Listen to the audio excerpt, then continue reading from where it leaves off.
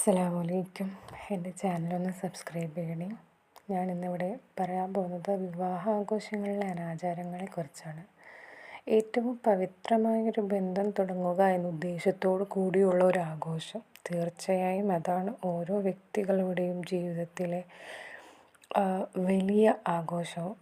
അന്നത്തെ ദിവസത്തെ ആകർഷണം ആ വധൂവരന്മാർ തന്നെയായിരിക്കും. പക്ഷേ ഇന്നത്തെ കാലഘട്ടത്തിൽ അതിൻ്റെ പേരിൽ എന്തെല്ലാം അനാചാരങ്ങളാണ് കാണേണ്ടി വരുന്നത്. ഒരു ദിവസത്തെ മാത്രം ആഘോഷം അത് ഒന്നിൽ കൂടുതൽ ദിവസത്തിലേക്കായി തീർന്നു.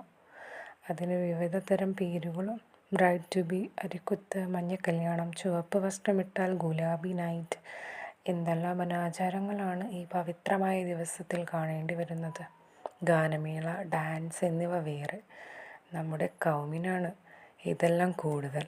നിക്കാഹ് എന്ന ചടങ്ങ് നടത്തിയതിന് ശേഷം ഒരു സദ്യ കൊടുത്ത് പിരിയുക, ഇതാണ് ദീനിലെ വിവാഹം. എന്നാൽ ഇന്നോ ചെക്കനും പെണ്ണും നിർബന്ധമായും ഡാൻസ് കളിക്കണം.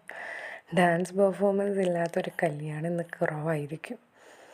ഇതെല്ലാം കാണുന്ന പാവപ്പെട്ട ആളുകളും അവരുടെ പെൺമക്കളും അവരെ കൊണ്ട് കഴിയുന്നത് പോലെ അവരും ഇതുപോലെയൊക്കെ ചെയ്തു തുടങ്ങുന്നുണ്ട്.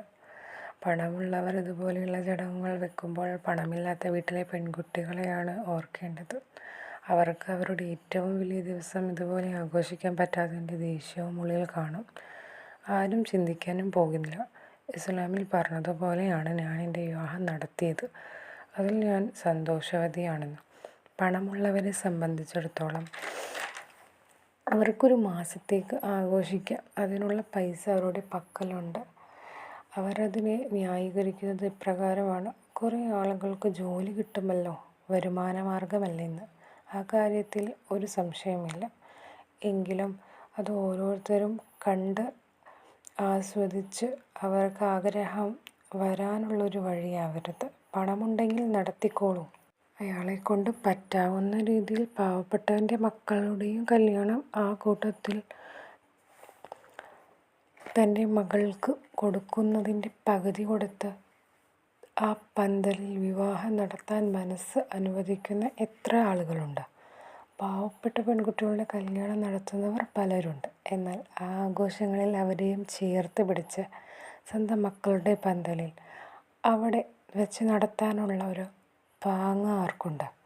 നേരത്തെ പറഞ്ഞാലോ, പലർക്കും വരുമാന മാർഗമാവുമെന്ന്. ആ വരുമാനം മതിയല്ലോ പാവങ്ങളെ സഹായിക്കാൻ. ഇങ്ങനെ ആഡംബരം കാണിക്കുന്നത് എന്തിന്? ഇതൊന്നും ഇവിടെ നിൽക്കില്ല. ഓരോ മാസം കൂടുന്തോറും ആഘോഷങ്ങളിലെ ട്രെൻഡ് കൂടിക്കൊണ്ടിരിക്കുകയാണ്. അത് ഓരോന്ന് കണ്ടെത്തിക്കൊണ്ടിരിക്കുകയാണ്.